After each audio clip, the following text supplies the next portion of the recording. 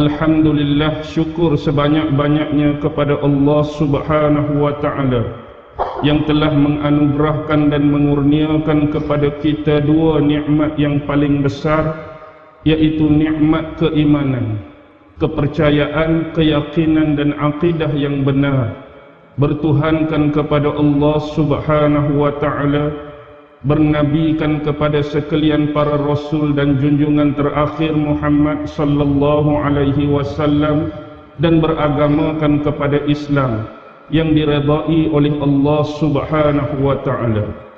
Dan nikmat yang kedua ialah nikmat agama ini, yang mana telah ditetapkan kepada kita peraturan demi peraturan, syariat-syariat dan juga petunjuk untuk kita melayari bahtera kehidupan kita sementara masih diberikan usia dan nafas oleh Allah Subhanahu wa ta'ala.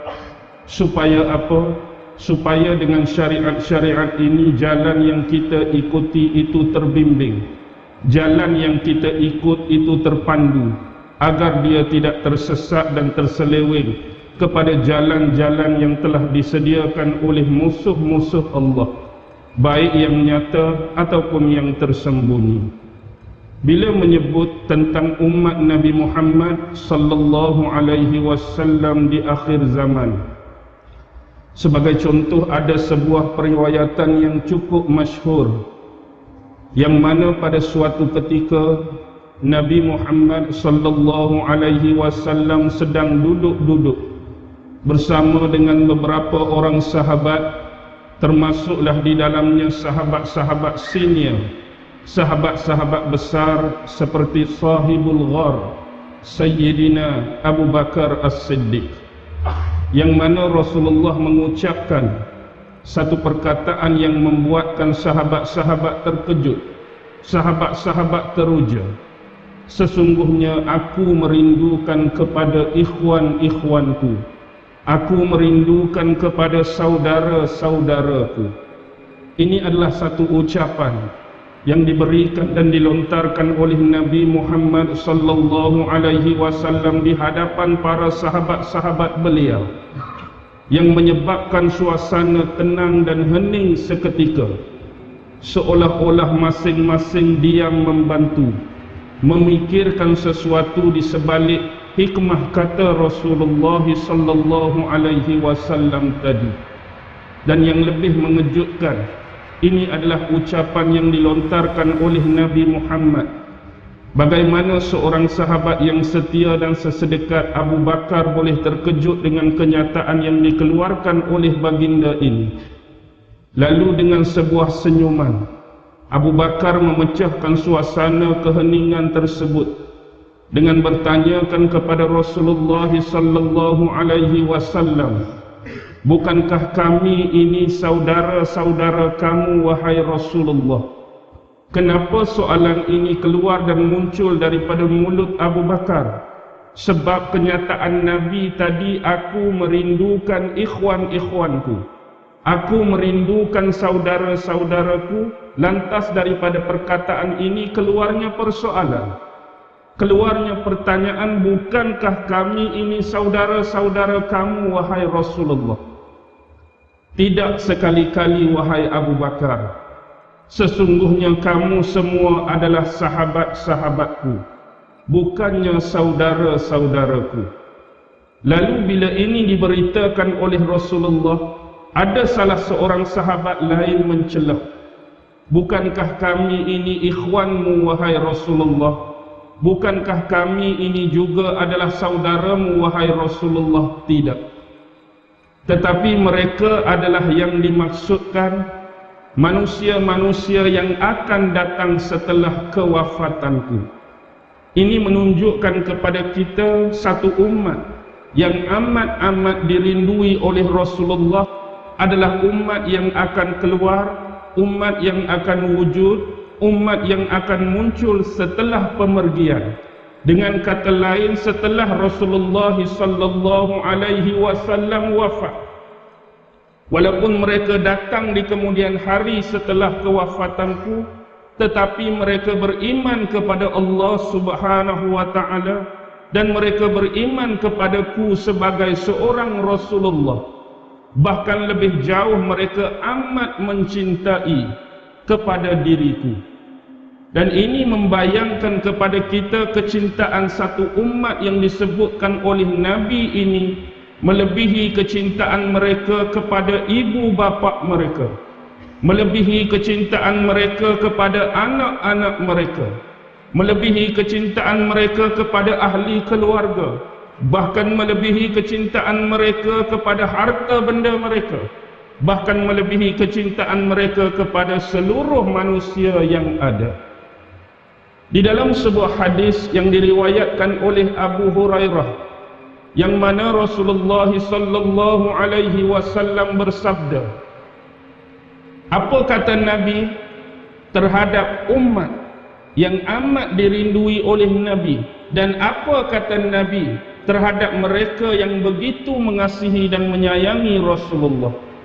Fawalladzi nafsi biyadihi la yu'minu ahadukum hatta akuna ahabba ilaihi min walidihi wa waladihi.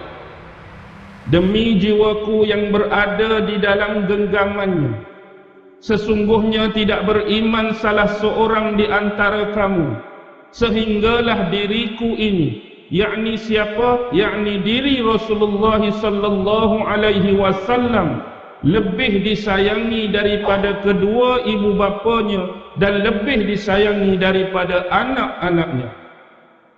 Ini membuktikan bahawa kecintaan Rasulullah ini adalah teratas berbanding dengan kecintaan kedua ibu bapa mereka, berbanding dengan kecintaan kepada anak-anak mereka. Bahkan lebih jauh dalam sebuah hadis yang diriwayatkan oleh Anas bin Malik, di mana beliau mendengar Rasulullah sallallahu alaihi wasallam bersabda, la yu'minu 'abdun hatta akuna ahabba ilaihi min ahlihi wa malihi wan nasi ajma'in. Tidak beriman seseorang hamba sehinggalah diri aku ini lebih dikasihi daripada ahli keluarganya, daripada harta bendanya, dan daripada sekalian manusia yang ada. Dan ini kita boleh lihat dalam lakaran sejarah yang telah dipentaskan dan dipertontonkan kepada kita menerusi sirah-sirah, menerusi kitab-kitab yang terkait dengan hayat dan kehidupan baginda sallallahu alaihi wasallam, yang bagaimana bila kita melihat karakteristik setiap sahabat yang begitu mengasihi, begitu menyayangi, begitu mencintai dan merindui tubuh batang Rasulullah sallallahu alaihi wasallam. Apa yang mereka nak dalam kehidupan mereka tidak lain dan tiada bukan kecuali kedekatan dan kehampiran mereka dengan diri Rasulullah. Dan inilah sebenarnya yang dituntut. Bila mana kita mengatakan kita rindu, bila mana kita mengatakan kita kasih, bila mana kita mengatakan kita sayang kepada seseorang, maka kita nak orang tu dekat dengan kita, orang tu hampir dengan kita, dan kita setiap hari nak melihat kelakuan, kita setiap hari nak melihat kepribadian dia. Dan hari ini saya bertanyakan kepada tuan-tuan dan puan-puan sebagai satu analogi yang cukup mudah. Kalau kita kata kita sayangkan pada seseorang, contohnya seorang awet, seorang kekasih, yang mana kita ni masih bujang, yang mana bila kita ni sayang pada seorang awet, kita sayang pada seorang kekasih, kalau boleh hari-hari kita nak bertemu, hari-hari kita nak berjumpa, hari-hari kita nak dating dengan dia. Sebab apa hari-hari nak jumpa, nak bertemu, nak dating ni? Sayang punya pasal, cinta punya pasal, rindu punya pasal. Bila dah duk berdating macam-macam kita tanya, sebab kita sayang dia. Nama penuhnya apa? Nombor kad pengenalannya nombor berapa? Telefon nombor berapa? Twitter nama apa? Facebook nama apa? WhatsApp guna nickname apa? Alamat rumah hak betul apa? Bapak kerja apa? Mak duk buat apa? nanti color suka warna apa, makanan suka apa. Sebab apa kita tanya macam-macam? Sebab kita sayang dia, kita kasih dia, dan lebih jauh kita nak menjadikan dia sebagai suri hidup. Kita nak menjadikan dia sebagai pasangan hidup di kemudian hari nanti, yang menyebabkan macam-macam hal dia kita nak ambil tahu. Tetapi hari ini tuan-tuan, kembalikan kronologi ini kepada tahap kecintaan kita kepada Nabi Muhammad. Kita kata kita sayang Nabi, kita kata kita rindu Nabi, kita kata kita mencintai Nabi. Tetapi sejauh mana kita mengambil pendekatan yang disebutkan tadi terhadap diri baginda? Berapa ramai hari ini yang amat-amat mengambil tahu dan mengambil berat persoalan-persoalan yang berkaitan dengan hayat dan kehidupan Rasulullah. Berapa ramai yang mengambil tahu tentang sejarah Nabi. Berapa ramai yang menganalisa tentang kehidupan Rasulullah. Siapakah isteri-isteri baginda? Siapakah anak-anak baginda? Siapakah cucu dan cicit baginda? Kita ambil tahu atau tidak, atau kita memandang mudah dan enteng tentang perkara ini? Baik. Dan ini akan terjawab. Apa yang berlaku dalam kehidupan kita sesuai atau tidak, apa yang kita dakwa, apa yang kita sebut dengan tuntutan praktikal dan pelaksanaan terhadap diri Rasulullah dalam kehidupan kita. Kembali kepada kisah tadi. Bahkan bila itu yang dijawab oleh Rasulullah di hadapan para sahabat, Rasulullah mengambil peluang untuk melakukan dialog dan soal jawab di antara beliau dengan sahabat-sahabat baginda tadi. Lantas Rasulullah mengeluarkan satu persoalan. Tahukah kamu siapakah yang paling ajaib imannya? Rasulullah tanya sahabat-sahabat di hadapan beliau ni, siapakah yang paling ajaib iman dia? Lalu ada sebahagian sahabat menjawab, yang paling ajaib imannya ialah para malaikat-malaikat Allah Subhanahu wa ta'ala. Lalu Rasulullah mengatakan tidak.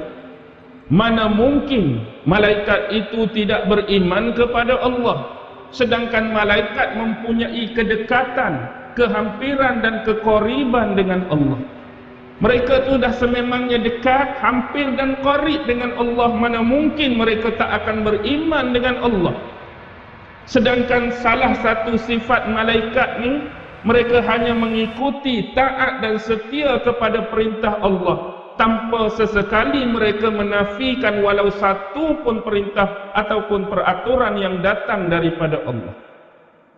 Lalu bila soalan ini salah, dijawab oleh sahabat-sahabat lain yang mengatakan bahawa yang paling ajaib imannya ialah para utusan Allah, yang namanya Nabi-Nabi dan Rasul-Rasul.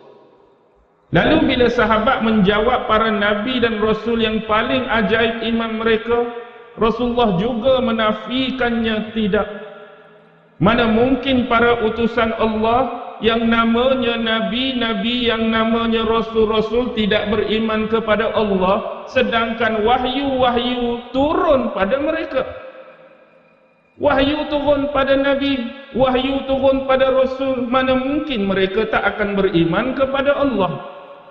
Lalu bila sekali lagi dinafikan jawapan tersebut, ada sebahagian sahabat menjawab, kamilah sahabat-sahabat kamu wahai Rasulullah yang paling ajaib imannya. Lalu sekali lagi dinafikan oleh Rasulullah, tidak.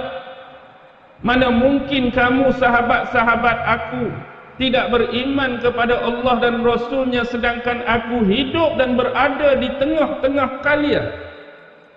Aku hidup sekali dengan kamu, boleh bermuamalah, boleh berkomunikasi, boleh berinteraksi dengan kamu. Mana mungkin kamu tidak beriman? Tetapi apakah jawapan yang paling benar dan paling tepat?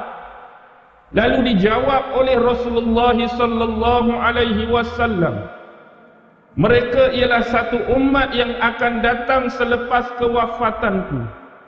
Mereka beriman kepada Allah dan beriman kepada Rasulnya. Mereka membacakan ayat-ayat Al-Quran dan selebihnya mereka beriman dengan keseluruhan kandungan-kandungan dan isi-isi Al-Quran. Mereka dah beriman pada Allah, mereka beriman pada Rasul, dan disifatkan mereka ni membaca ayat Al-Quran dan mereka beriman dengan semua kandungan-kandungan dan mereka beriman dengan isi-isi Al-Quran. Umat tu akan datang selepas kewafatan Nabi. Berbahagialah mereka yang beriman dan bertemu denganku. Tetapi 7 kali bahagia, Nabi sebut 7 kali bahagia mereka yang beriman tetapi tidak bertemu dan berjumpa denganku. Sedangkan mereka tetap beriman pada Allah, beriman pada Rasul dan beriman pada Quran. Sahabat-sahabat adalah orang yang beriman, sahabat-sahabat adalah juga manusia yang bertemu dengan Rasulullah. Satu kelebihan, advantage yang Allah campakkan pada mereka hidup pada zaman Nabi. Boleh duduk dekat dengan Nabi, hari-hari tengok Nabi, mendengar syarahan Nabi, mendengar penjelasan Nabi, mendengar pendetailan tentang agama daripada Nabi. Bila mereka bermasalah, mereka boleh suarakan terus permasalahan mereka kepada Rasulullah. Mereka hidup susah dan senang bersama Rasulullah. Mereka berdakwah dan berjihad bersama Rasulullah. Itu kelebihan yang Allah berikan pada mereka. Tapi kali ini Rasulullah sebut 7 kali ganda, tuan-tuan dan puan-puan. Berbahagialah mereka yang beriman tapi tak pernah jumpa Nabi, tak pernah tengok Nabi, tapi mereka ni beriman pada Allah, Rasul, Al-Quran, dan mereka amat-amat mengasihi Nabi, sayang Nabi, cinta Nabi, dan selalu merindui Nabi. Itulah saudara-saudaraku, itulah ikhwan-ikhwanku.